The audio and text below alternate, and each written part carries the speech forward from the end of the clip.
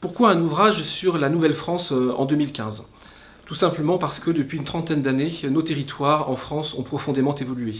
L'État est beaucoup moins présent que naguère, de grandes entreprises ont disparu, des petites et des moyennes également disparaissent tous les jours. Les financements des collectivités locales sont plus complexes, les distances ont tendance à se raccourcir pour l'effet TGV, et elles ont tendance également à se rallonger à cause des embouteillages. Une nouvelle France se dessine donc, avec moins de financement public et avec une présence différente des collectivités et des partenaires publics. Concrètement, comment se matérialise cette nouvelle France dans les territoires? Eh bien, avec un peu de poésie, on pourrait dire que les 4 saisons marquent cette nouvelle France. Première saison, le printemps, c'est le printemps citoyen.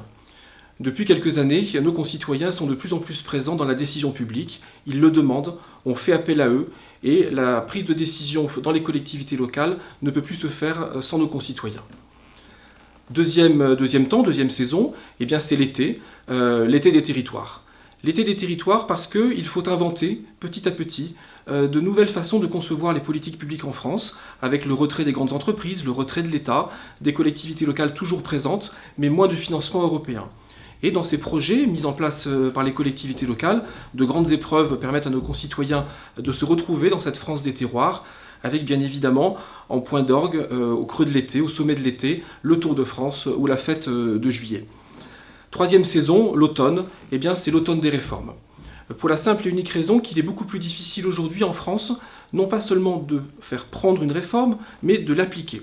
Et l'exemple emblématique serait celui du conseiller territorial qui, voté sous le quinquennat précédent, prévoyait de faire représenter par une seule personne, un seul élu, le conseiller territorial qui aurait siégé au département et à la région.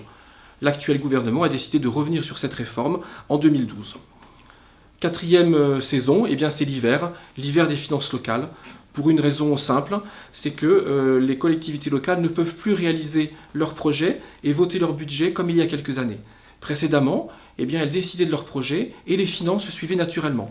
Les dotations de l'État augmentaient chaque année, l'impôt pouvait être augmenté et l'accès à l'emprunt ne posait pas de difficultés. Aujourd'hui, eh bien, l'État diminue les dotations des collectivités locales, le contribuable n'accepte plus les hausses d'impôts, et tandis que l'accès à l'emprunt est rendu plus difficile. Il faut donc faire preuve dans les territoires de forte inventivité et de budget voté de façon beaucoup plus contrainte.